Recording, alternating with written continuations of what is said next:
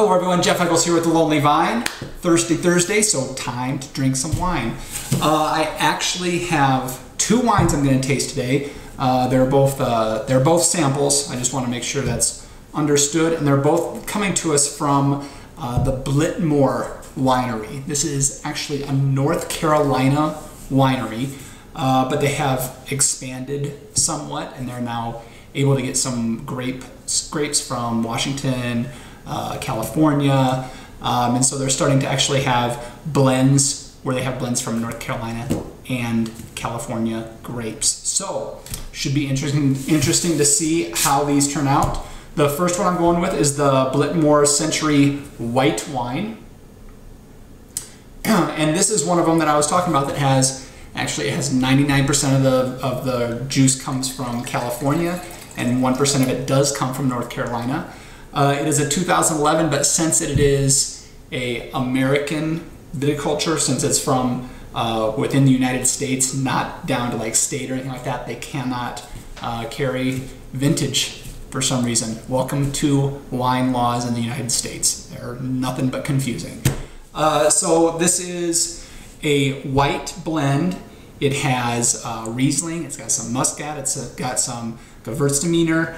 I think it's got one other one that I can't remember right now. And what's interesting about this wine is that it's fermented dry, so all the residual sugar is fermented out of it and converted to alcohol. And then once it's done, they actually go back in and add some sugar back into it to raise the sweetness level of it. So I'm expecting this wine to have a little bit of sweetness to it. We'll see how much, and then we'll talk maybe about what kind of, who out there might like it or what kind of play you can expect out of it. So let's go ahead and look at it. Straw yellow, pretty straightforward, pretty like right at straw yellow. Let's go ahead and get the nose into it and see what it's got. Okay, definitely I'm getting, you know, a lot of time we'll talk about lemon or citrusy or something. This is a very specific lime kind of nose to it.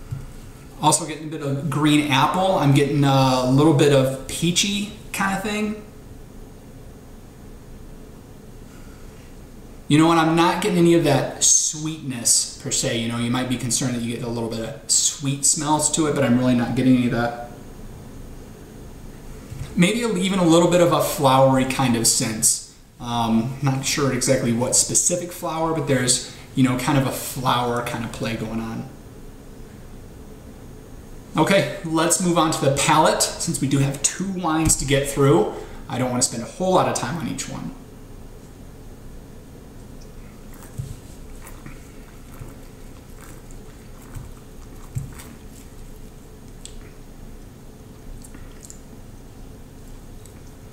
Definitely get a little bit of that lime coming through. Definitely get a little bit of that peachiness coming through.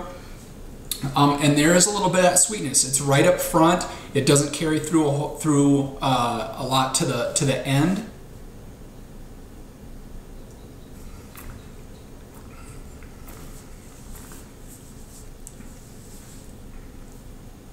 You know, and with that kind of lime kind of thing, there is some citrus notes to it. With that sweetness, it definitely brings through this kind of honey kind of flavor and honey kind of feel to it. This has a little bit of viscosity to it. It's got a little bit of thickness to it. You know, I'll be honest. I'll be totally honest. I was a little bit worried about this one. I was a little bit worried I wouldn't like it because I don't really gravitate towards the sweeter wines. But it isn't as sweet as I thought it would be. It does come off, you know, a little bit on the beginning of the palate with the sweetness, but it does disappear really quick. This would be a great, you know, pouch pounder, great kicking back outside on a hot kind of day. And for a lot of you, you know, when I have a lot of people that come in and they're looking for, they like Moscato d'Asti and they're looking for something else. They'd like to try something new, but they really don't like the dry wines. They don't like those things. You know, when you kind of put them into like a new age kind of wine, or maybe into you know, a sweeter kind of Riesling, this really would be something that I could put those people into that you know, are trying to find new stuff and they're looking for a little bit of that sweetness in there, this would be something that would really play well with them.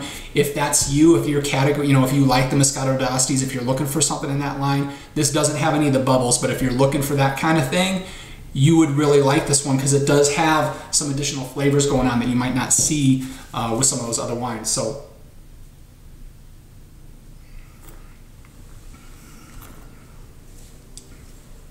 definitely some pear going on in there as well. So nice work on the Biltmore.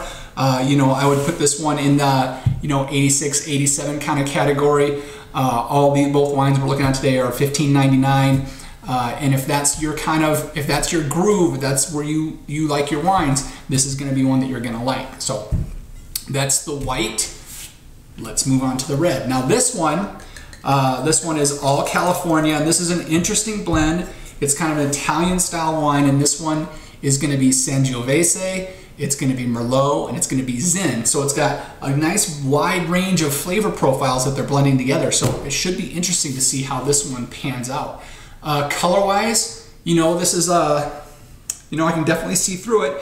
It's definitely got that lightness that I would expect out of Sangiovese, but as it gets towards the middle, it gets a lot deeper in color, a little bit darker. Maybe the Zin and Merlot kind of coming through. Already getting a lot on the nose, so let's get into this one.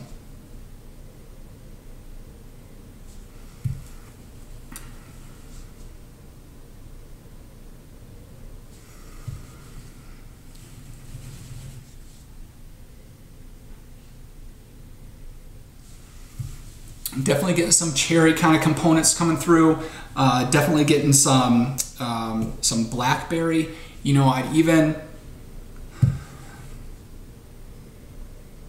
There's, again, as in the last one, there's this flowery kind of thing coming through. Maybe violet, maybe something along those lines.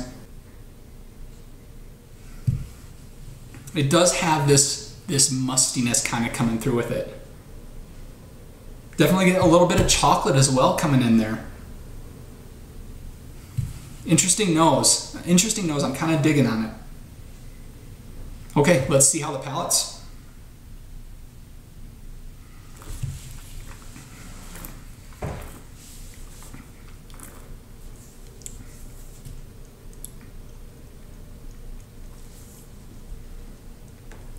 So this is definitely bringing that Sangiovese acidity to it. I'm really getting a lot of the salivary glands coming in there, really kind of working overtime. And then it kind of has, I can definitely get all the wines that are in here coming through on the palate. It's got a lot of fruit coming through, and it's kind of that jammy blackberry, blueberry kind of thing coming through. But there's also this little bit of herbaceousness to it that might be the Merlot taking a stand and raising its hand to be noticed.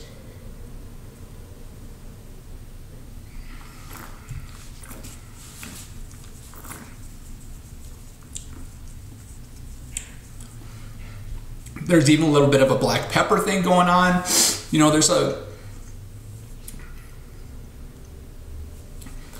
is bringing a lot of different components out and really shining through with a lot of different stuff. So really interesting flavor profile that really makes you kind of sit here and ponder everything that you're tasting.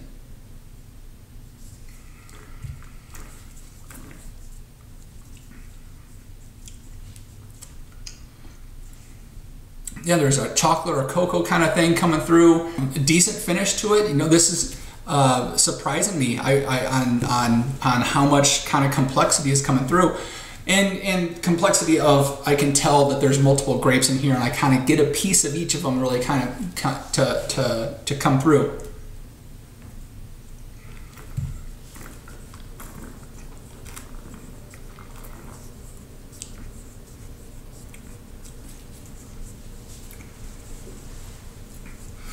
Interesting stuff. Even has a decent amount of finish to it. I don't get any kind of spike in alcohol or anything that I wouldn't expect. So I'm kind of liking this one. Again, this one be in the $15.99 range. Even still have a little bit of that peppery kind of finish going on in there. So nice work by the Biltmore winery here.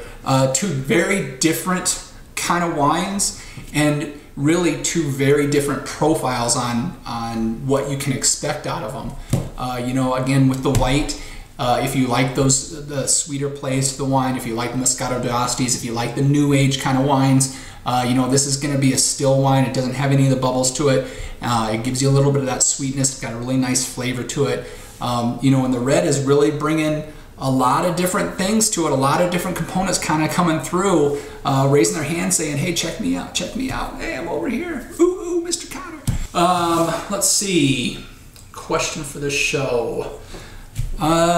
Just, you know, in the past week or so, oh, don't forget, Stanley Cup of Wine, the finals are on. It's a heated battle back and forth between the Bija and the Melody Rhone blend. There's some lobbying going on. There's actually campaign ads up there, so I'll link that up.